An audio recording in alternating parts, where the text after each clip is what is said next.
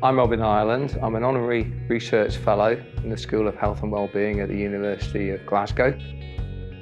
And I wrote this book, Sport Sponsorship and Public Health, because for really both personal and working life, I've just been concerned about sport, how it's used to tell us almost everything that's bad, whether you're talking about tobacco, whether you're talking about alcohol, whether you're talking about junk food or gambling. There's a long history about it, how it's used to sell us things which aren't very good for us, unfortunately.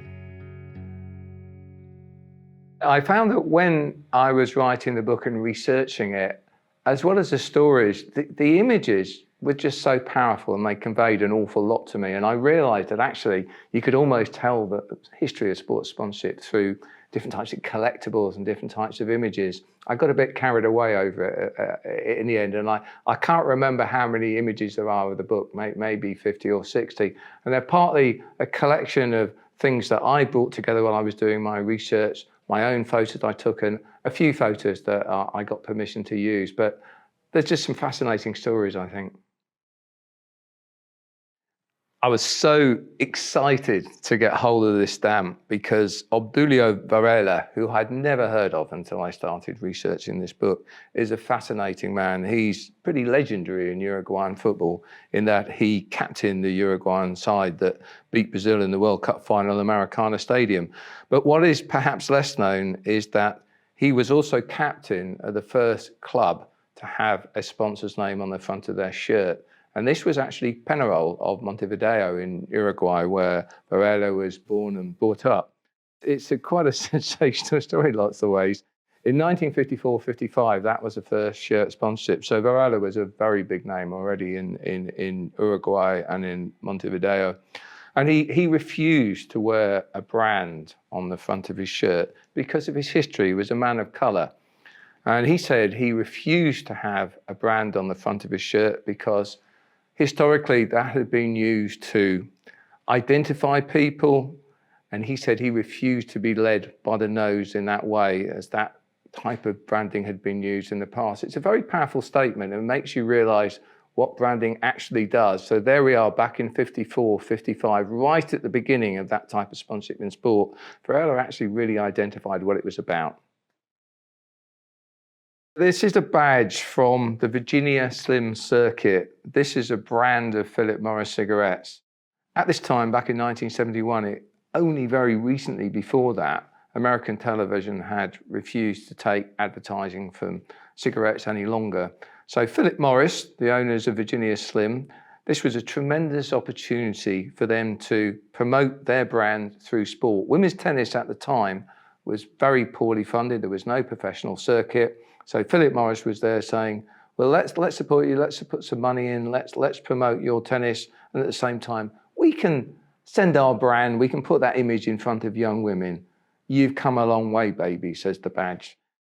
That branding, that sponsorship of women's tennis, along with, of course, lots of other things that happened at the same time, enabled cigarettes to be taken up by a much higher percentage of young women, leading to all sorts of problems 10, 20 years down the line in terms of cancer, in terms of respiratory disease. So sports sponsorship comes at a price. What's the line between making your sport successful and then having a negative impact upon a lot of young people who are watching it, a lot of people who want to follow that sport and will then associate their sport with a very unhealthy brand and, in fact, with a cigarette brand.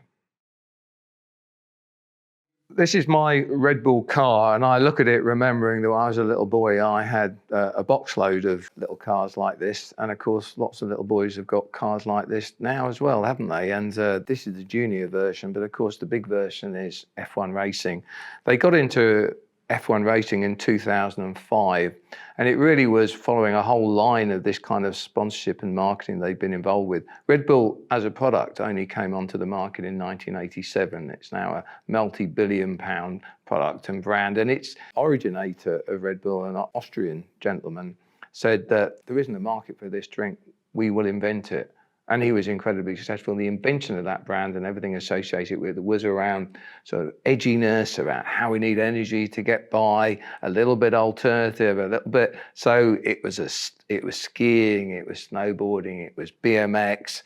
And then, of course, Red Bull's been very successful. So now, what's more glamorous than F1 racing to lots of young people, a powerful car, the glamour associated with it? That's what Red Bull wants. With sport, often it is young men. It's young men between the ages of 16 to 34. Because if you get them hooked at that age, they're hooked for life. Tobacco taught us that, didn't we? So Red Bull are very good at it. This is a very highly caffeinated, very sugary product that, frankly, you probably don't need. But hey, they found a way to make you feel that you do need it. I hope that people that will read this book or discuss some of the issues around it will start to consider the importance of sport and the relevance it plays in our everyday lives. We all should know that already. It's like Hollywood, isn't it, sport? And the images and the branding associated with sport, we just seem to go along with it. It's completely unregulated market. So at the moment, if you watch football, you are absolutely bombarded with gambling advertisements the whole time, everywhere. And of course, historically, tobacco is the same.